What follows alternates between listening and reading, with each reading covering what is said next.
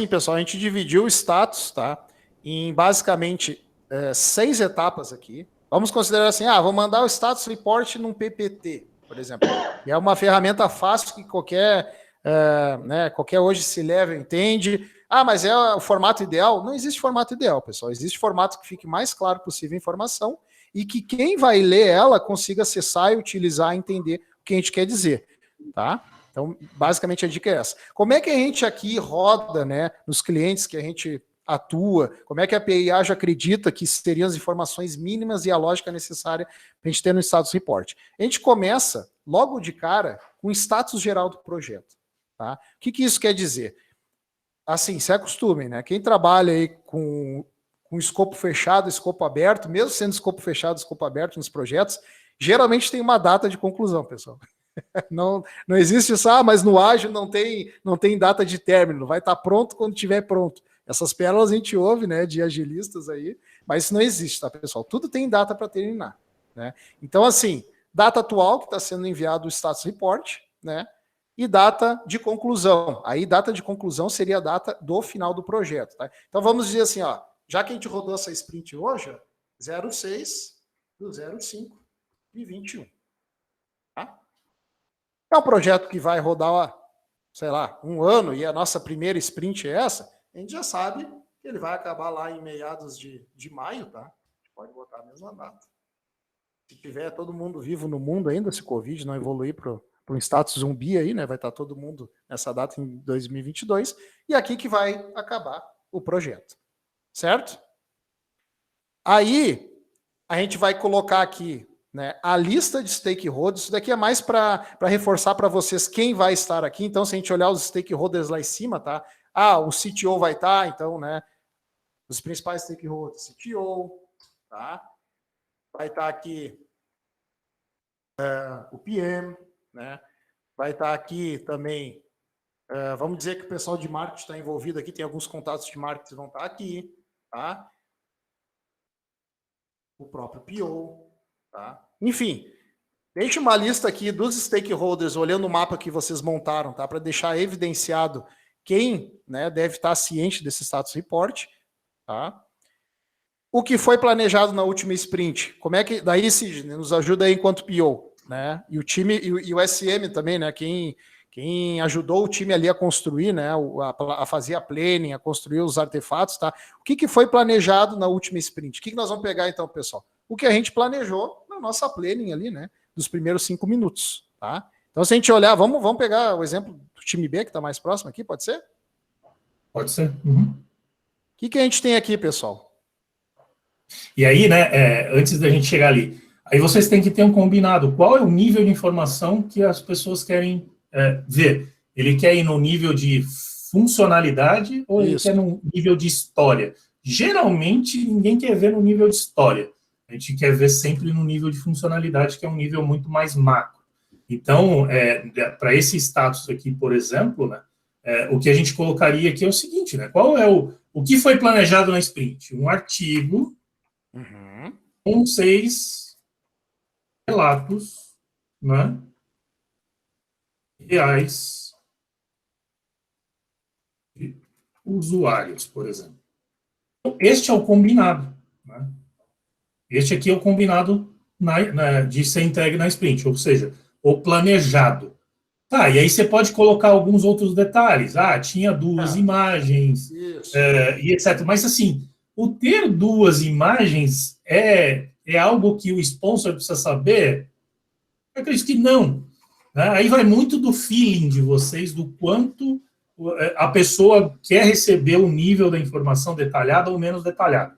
Então, assim, para mim, se eu fosse, né, o sponsor desse projeto, só ia querer saber o seguinte: o artigo está pronto, posso publicar, sim ou não? Não posso ou posso? Posso ou não posso? É basicamente isso. Então, esse é o nível de detalhe que você precisa levar para ele. No final, quem paga a conta só quer saber o seguinte: nós podemos usar a aplicação, sim ou não? Veja bem, começou com veja bem, não podemos usar, então, sim, você deve deixar transparente. Olha, não conseguimos usar ainda. Vai precisar de mais uma sprint. Vai lá, Jonas. Então, notem, né, essas colocações do Sidney aí, pessoal. Basicamente, o que essa primeira parte mostra, né? Status geral do projeto. A gente já sabe que o PO deu um not done. Tá? Então, sim, né, dependendo do histórico das outras sprints, a gente pode avaliar, né, frente a todo o backlog que a gente tem, se a gente não está no prazo, porque a gente atrasou coisas já, ou a gente vai estar em risco de atraso ou atrasado, tá? Frente a todo o planejamento que a gente tem para todas as sprints que a gente vai rodar. Digamos que, né, aqui como é a primeira sprint e tal, a gente ainda vai evoluir, vai comportar, né, as outras entregas, a gente pode sinalizar que por enquanto existe um risco de atraso, tá? Então o status geral já trazer. Essa legenda aqui é legal, porque o cara, o sponsor, vai lá, tá passando um caça aqui, eu moro perto de uma base aérea e vocês devem estar ouvindo. Então, né? Passou. Essas pragas aqui estão sempre brincando de avião. E aí, risco de atraso ou atrasado, essa legenda é legal porque o sponsor bate o olho ali e já tem uma ideia. E aqui, né, pessoal, complementar ao que foi planejado na última sprint, o que foi entregue do planejado.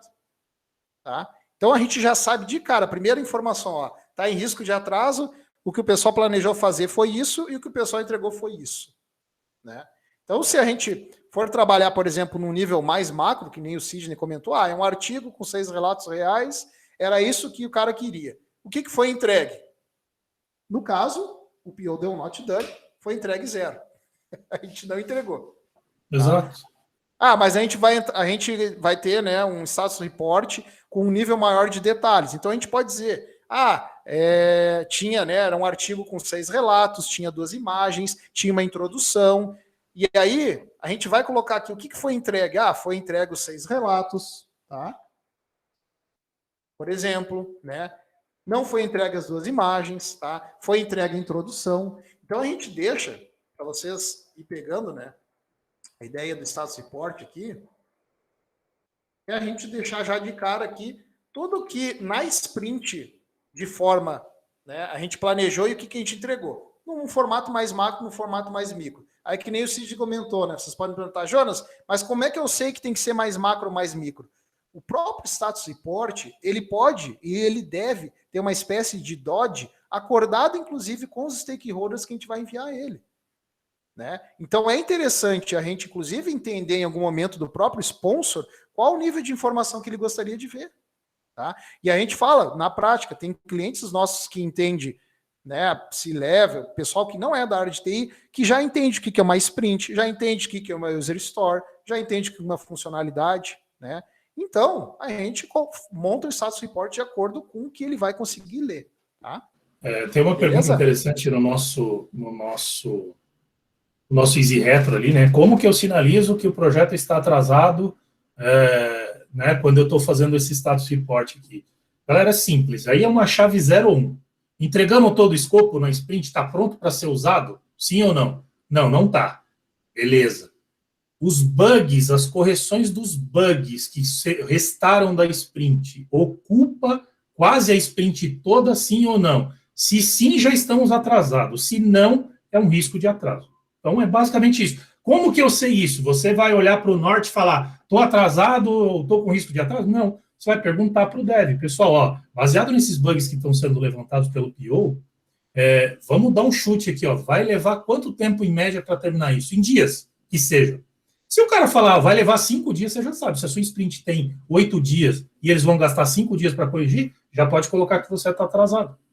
O seu projeto já está atrasado e, de novo, já falei isso em workshops anteriores. Nunca negocie em dias, negocie em sprints. Então, se você está atrasado, você está atrasado uma sprint e não 2, 3 dias. É sempre a unidade que você trabalha. Se a sua sprint é de 1 mês, você está atrasado 1 mês. Se a sua sprint é de 15 dias, você está atrasado 15 dias. Se é de 1 semana, você está atrasado 1 semana. Boa. Vai lá, Jonas.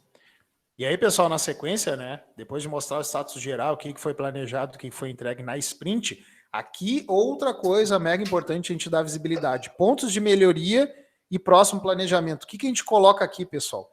Todos os pontos de melhoria que o PO levantou e também os bugs identificados.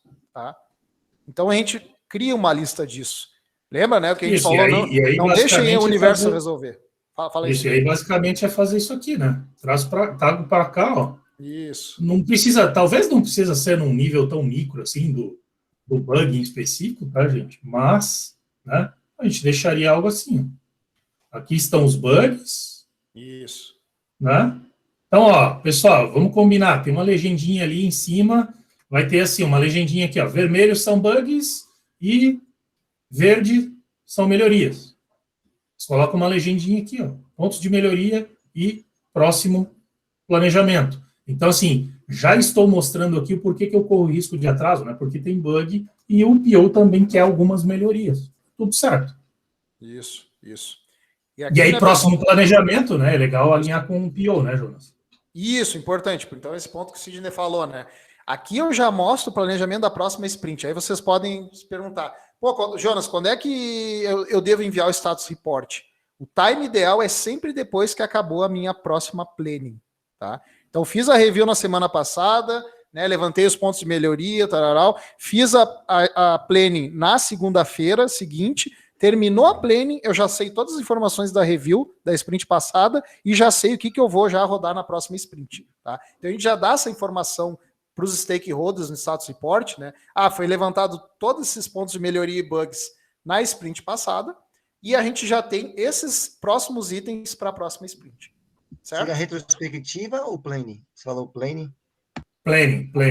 Então imagina assim, ó, vamos pensar que a sua sprint terminou na sexta, você vai fazer review e retrospectiva.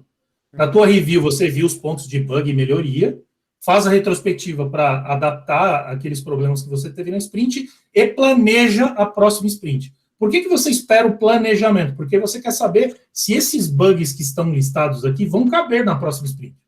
E aí, se eles couberem, você já diz o seguinte, né? Aquele somebody love, né? Mais ou menos no sponsor, que é assim, ó, apesar de ter bugs, a gente conseguiu acomodá-los dentro da mesma sprint. Então, a gente vai entregar o escopo que já existia, mais a correção dos bugs e melhorias que foram elencadas pelo PO. Se conseguir, perfeito. Se não conseguir, sejam transparentes. Olha, os bugs e as melhorias ocuparão tempo, muito tempo na sprint, então a gente perdeu a funcionalidade X. A gente vai precisar de mais uma sprint. Esse quadro é o que mais garante nosso sucesso e maior sossego no time quando o sponsor olha ele. Por quê? Tá? Vamos falar um pouquinho da relação cliente-fornecedor, que é a mais comum aqui para nós que trabalhamos em consultoria. Tem uma série de atividades que depende, às vezes, do time do cliente, que não são realizadas, e aí chega no final da sprint, o time não entrega, né? O time, que no caso é da consultoria, não entrega, e a gente não entende por quê. Tá? Por quê? Às vezes existiam algumas atividades que o cliente tinha que fazer, ele não fez, ele não conseguiu entregar para o time, consequentemente o time não entregou. Se a gente não deixar isso evidente, pessoal, tá? Tem várias coisas que vão acontecer durante a sprint, é um ambiente que caiu, é que nem a complexidade aí, né, do cenário que a Rosália trouxe, é coisas que atrasa, a gente planejou a sprint...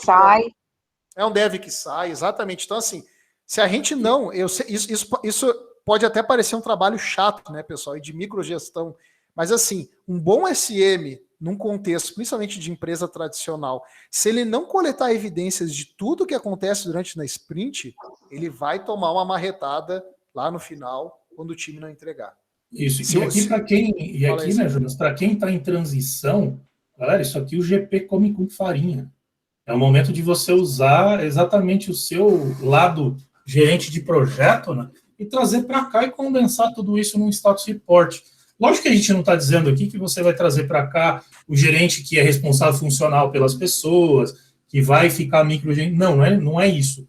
Mas a estrutura, né, de risco, né, de urgência, de falha no planejamento, de falha na execução, isso um gerente de projeto tem com sobra, né? E aí um bom SM, eu não estou dizendo que o SM vai virar um gerente de projeto, não. Neste momento do status report, o SM tem que saber batida de projeto mesmo.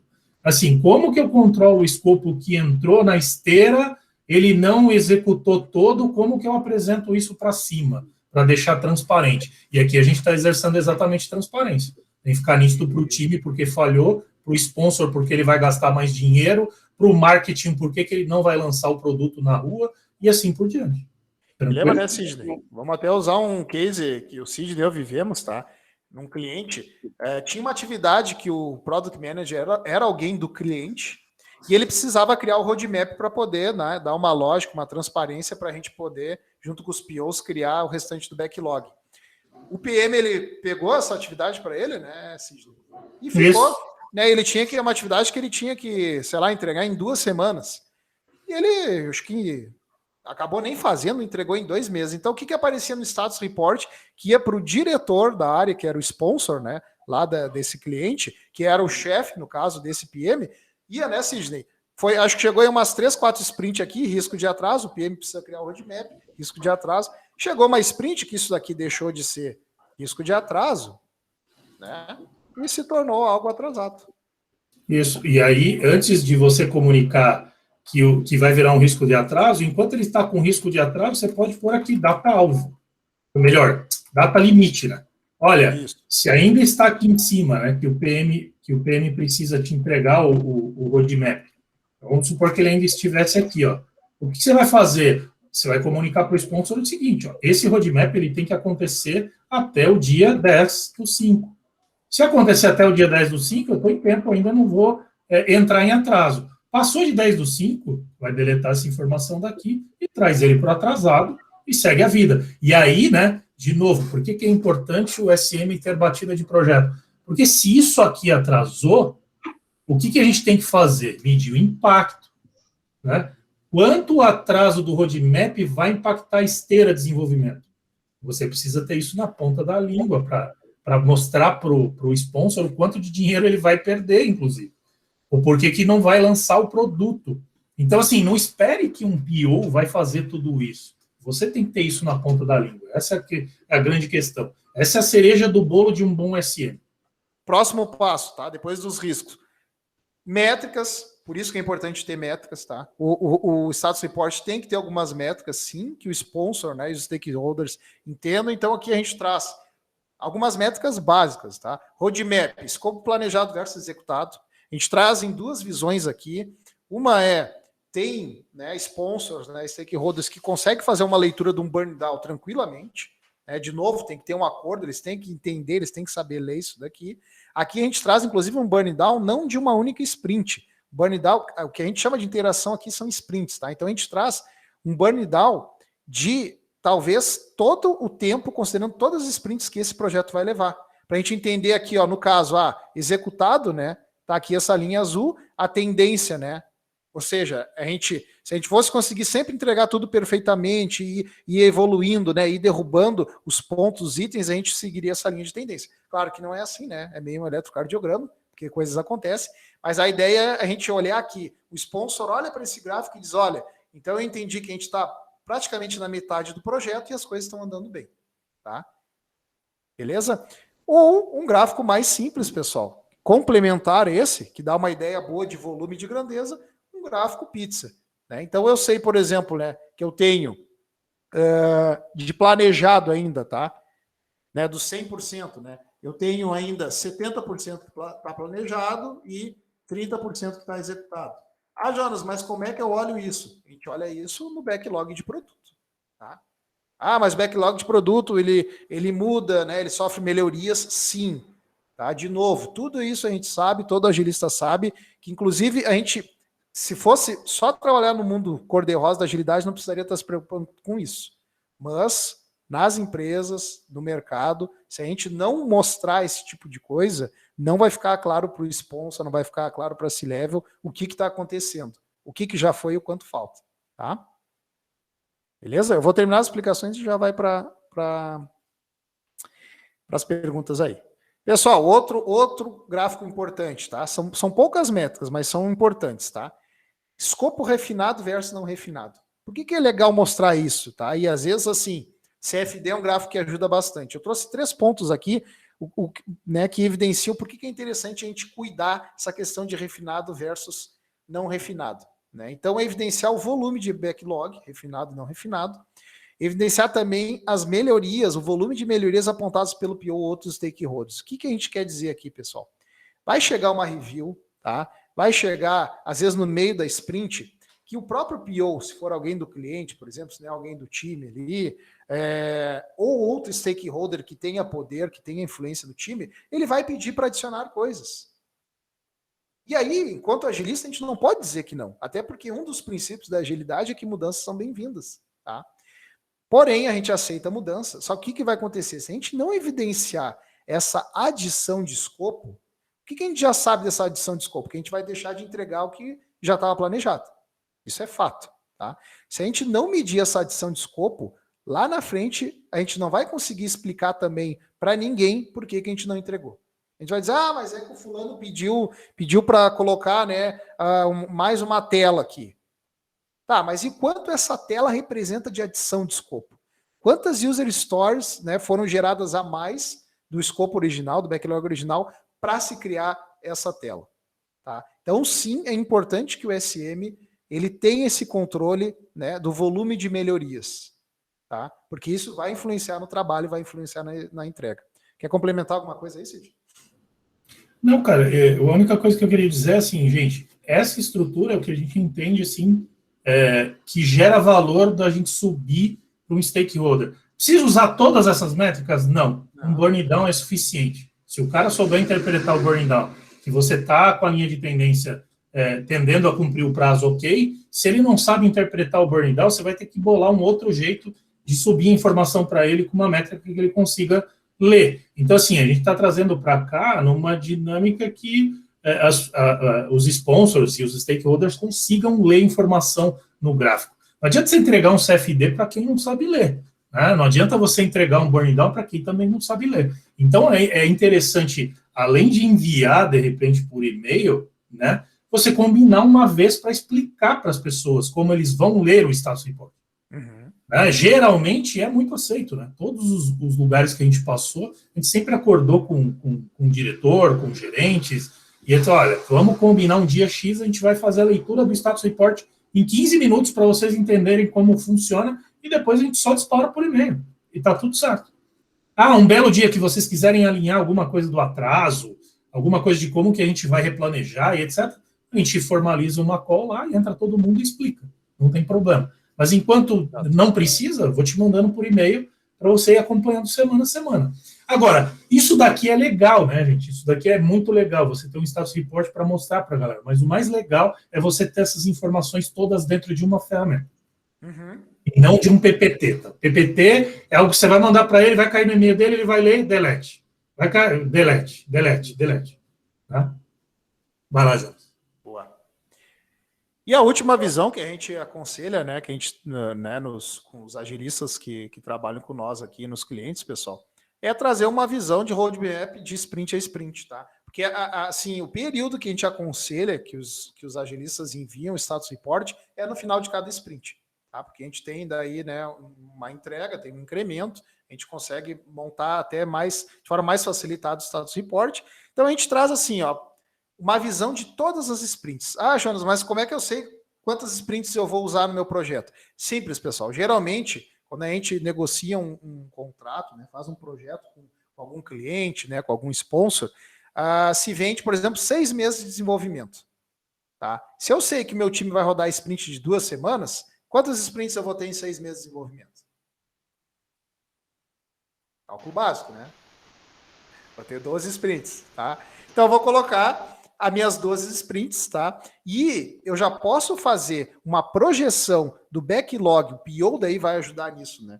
Uma projeção do backlog ao longo dessas 12 sprints e dividindo as entregas nessas 12 sprints, tá? Isso é mais legal porque a gente já tem uma visão mais projetada, tá? A gente já consegue colocar nessa linha de tempo dessas 12 sprints como eu vou dividir as entregas nessas 12 sprints. Isso já dá uma questão visual bem legal e eu já vou tendo maior facilidade de entender o que vai ser entregue e o que não vai ser. Até para daqui a pouco, assim, em 6 meses de desenvolvimento, eu poder, no primeiro mês, dizer para todo mundo, inclusive para o sponsor, olha, cara, não vai caber nos 6 meses. Tá? Das 12 sprints que a gente tem planejado, a gente já está na 15ª. O que nós vamos fazer? Né? Nós vamos diminuir escopo, nós vamos aumentar time, né? O que nós vamos fazer, tá? Então, com um mês, né? Já nas primeiras sprints a gente já tem condição de enxergar isso. Então, aqui que a gente traz, né? Uma visão por sprint. Sprint 1, que a gente rodou agora concluída, a gente coloca, né, os itens que foram concluídos, tá? Se tiver algum item, né, aqui nessa sprint bloqueado por algum motivo, faltou uma infraestrutura para fazer, faltou, né, uma ferramenta para o pessoal conseguir desenvolver. A gente